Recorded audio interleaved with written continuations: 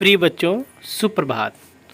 आज कक्षा 12 हिंदी की क्लास में हम भारतेंदु हरिश्चंद्र द्वारा रचित काव्य यमुना छवि पढ़ेंगे।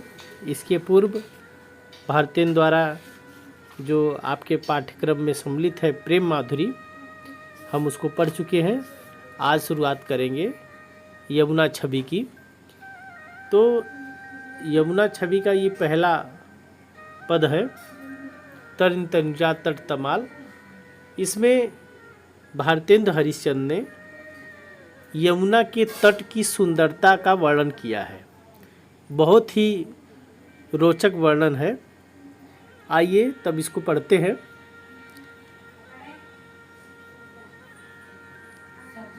तरनी तरनी तनुजा तट तमाल तरुवर बहु छाए।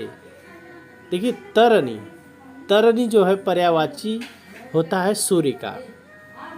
तनुजा जो है पर्यायवाची होता है पुत्री का। तो सूर्य की पुत्री का अर्थ हो गया, यमुना नदी को सूर्य की पुत्री कहा जाता है। इसलिए यहाँ भारतेंदु हरिश्चंद्र ने कवि ने लिखा है तरनी तनुजा, सूर्य की पुत्री अर्थात यमुना। तरनी तनुजा तट तमाल तरुवर बहु छाए। तट माने जानते हैं किनारा होता है। तमाल एक प्रकार का वृक्ष होता है, सदाबहार वृक्ष होता है जो नदियों के किनारे पाया जाता है और हमेशा हरा भरा रहता है। तरुवर तरुवर माने वृक्ष, पेड़ का पर्यायवाची है। बहु माने बहुत अधिक, छाए माने उगे हुए हैं, छाए हैं। तो तट तमाल तरुवर बहु छाए। यमुना के तट के किनारे तमाल के वृक्ष जो है छाए हुए हैं, बहुत घने रूप से लगे हुए हैं। झुके कुल सो तट परसन हित मनहु सुहाए।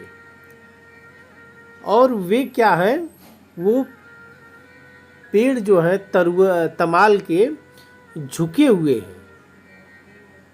कुल माने किनारे पर, यमुना के किनारे जो है वो जल की तरफ झुके हुए हैं। और जल पर्सन माने स्पर्श करना चाहते हैं। यमुना के जल को ऐसा लग रहा है कि स्पर्श करना चाहते हैं, अपने हित के लिए, अपने किसी कार्य के हित के लिए, क्योंकि जल जो है बड़ा अच्छा माना जाता है यमुना जी का पवित्र।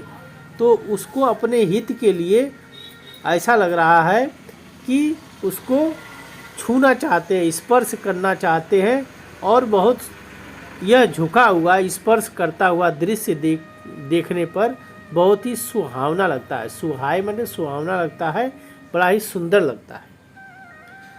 कीधव का मतलब होता है अथवा, जो झुका हुआ वृक्ष है। अथवा मुकुरमय लखत उझुक सब निज निज शोभा।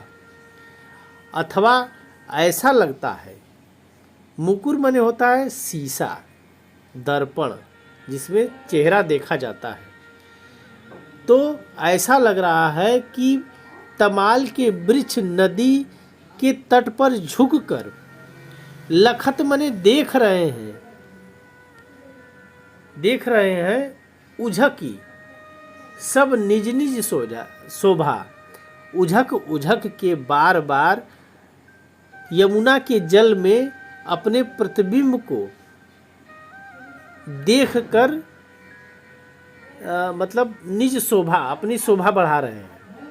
निज निज शोभा सुंदरता को बढ़ा रहे हैं अपने। ऐसा लग रहा है कि अपने मुख को देखना चाहते हैं, ऐसा लग रहा है। कै प्रणवत जल जानि परम पावन फल शोभा। ऐसा लग रहा है कि प्रणवत माने होता है प्रणाम करना। ऐसा लग रहा है कि यमुना के जल को प्रणाम कर रहे हैं। जान के परम पावन, परम माने श्रेष्ठ, पावन माने पवित्र, फल लोभा, फल पाने के लोभ में। मतलब कि जल को छूकर वो प्रणाम करना चाहते हैं, क्योंकि यमुना का जल बहुत ही पावन है, श्रेष्ठ है। यह सब वो जानते हैं और उस पावन जल को प्रणाम करके, स्पर्श करके कोई फल पाने का उनके मन में लोभ है,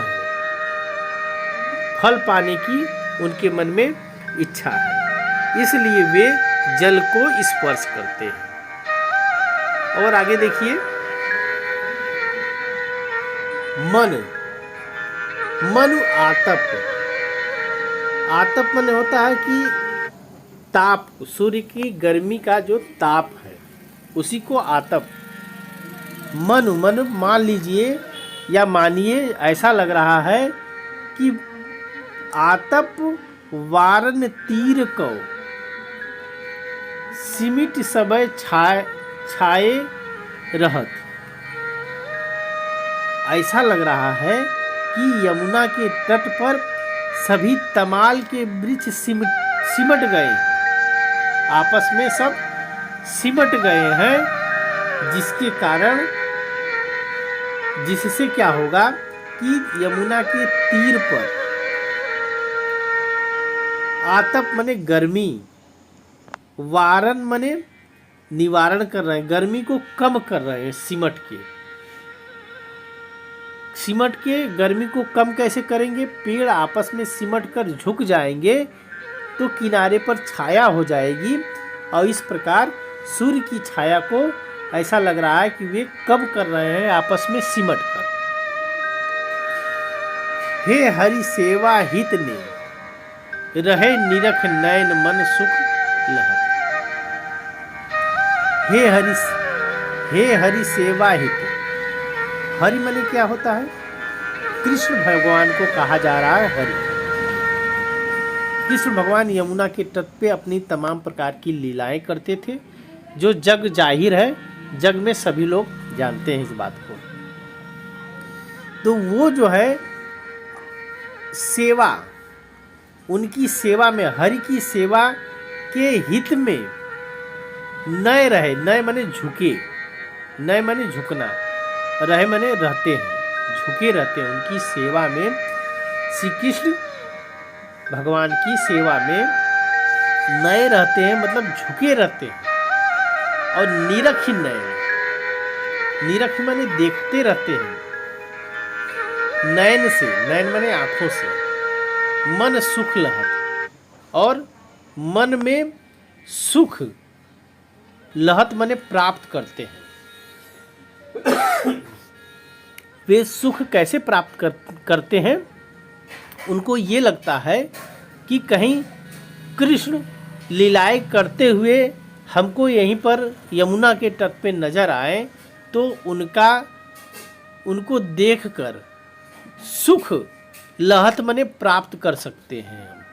बच्चों, आपके सुविधा के लिए यहाँ यमुना छवि की, जो छवि का पहला पद है जिसकी हमने अभी व्याख्या बताई, उसका व्याख्या लिखित रूप से यहाँ हम आपके सामने दे रहे हैं।